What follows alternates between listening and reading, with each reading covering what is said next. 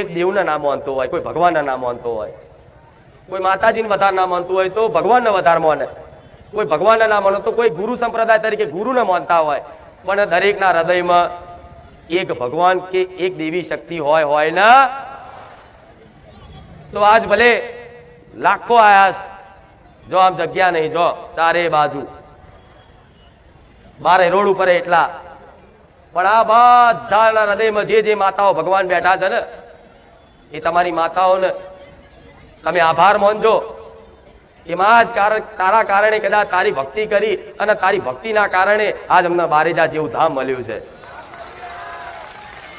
સોલંકી પેઢી જેવી માતા મળી છે કે માં આજ કદાચ તારી આવી ભક્તિ ના કરી હોત ને તો કદાચ આજ અમારો ઉદ્ધાર થવા માટે બારેજા ધામનો સોલંકી પેઢીની માતાનો ભેટો ના થયો હોત. તો આજ તમે મારા સાનિધ્યમાં આવતા હોય તો તમે એવું ના વિચારતા કે હું મારા બળથી આવ્યો છું.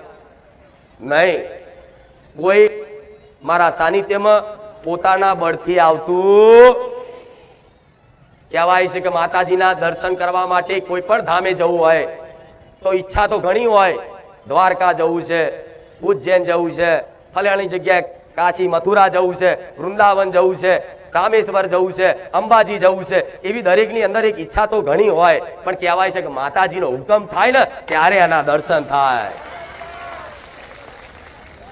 તો આજે તમે આયા છો તો તમે એવો અંદરથી એવું અહંકાર કરીને કહેતા નહીં કે માં હું તારા પારે આવ્યો છું. ના, હું માતા લાવી છું ને તારે તમે અહીં આયા છો.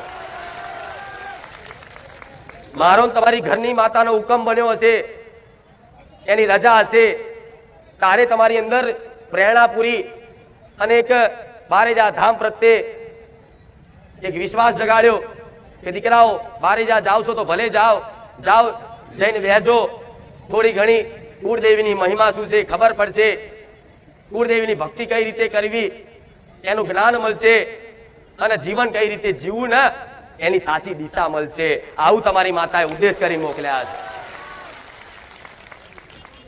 તો જો કદાચ આજ તમે અહીં આયા છો અને મનમાં એવો વિશ્વાસ હોય કે માં તારી વાત સાચી છે, માં અમે અમારા બળથી નહીં આયા, અમે તો 6 મહિનાથી માં રાહ જોતા હતા, માં ચારે તારા ધામમાં અવાય. એવા લાખો ભાવિક ભક્તો છે મારી હુકમ કરવા, તારા દર્શન કરવા, તારું પ્રવચન રૂબરૂ સાંભળવું. મોબાઈલમાં તો અમે તને ઘણી વાર જોઈ, એટલે આ રૂબરૂ જોવા આયા હોય ને તો જોઈ લેજો. હું સોલંકી પેઢીની, હું બહુચરના ખાતાની, હું રોમવારી, હું ખુખાર મેલડી બેઠી મારા મેલડીના રામ.